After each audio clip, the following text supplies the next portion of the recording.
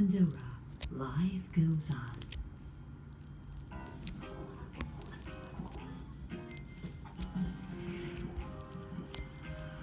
خرید بلیط هواپیما در هر کجا و هر زمان با travelstops.com.